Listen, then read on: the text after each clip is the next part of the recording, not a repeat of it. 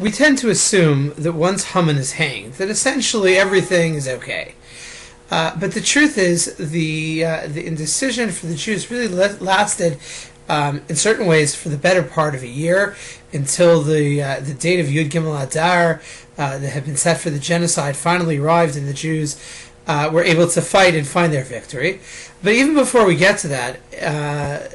a more ominous threat hung over the Jews, that even after Haman was killed, as we see in today's Psukim, that the decree of genocide continued to be enforced. And it was really only until the 23rd day of the month of Sivan that the Jews were able to effectively have the new decree issued that allowed them to gather and to defend themselves against their enemies on that date of Yud Gimel Adar. So if one looks at that, there really is an interval from Haman's original decree until the second decree of self-defense is issued. A period of 70 days elapses, where the Jews really are caught in a tremendous amount of tension, not knowing what's going to happen. The Gra gives two explanations for this interval that takes place between the two decrees. The first is that they were waiting for the initial couriers to return to Shushan, so that the second decree would be brought by the same couriers who brought the first one, in order that people would trust the veracity of the second letters, that those clearly were coming from the same source because they were brought literally by the same couriers.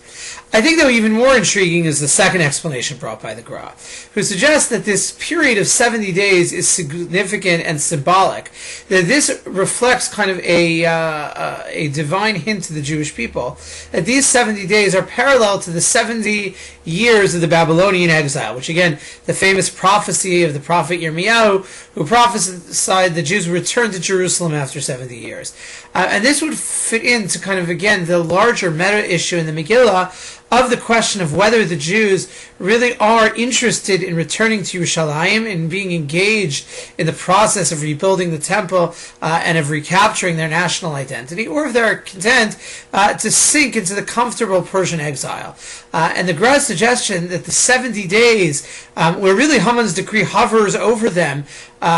with no clear reversal, represents a divine message for them to consider whether or not they really are anticipating the end of the exile and the return to Yerushalayim, or if that is a theoretical belief of theirs, but in all practicality they are content to continue to be subjects of Achashverosh.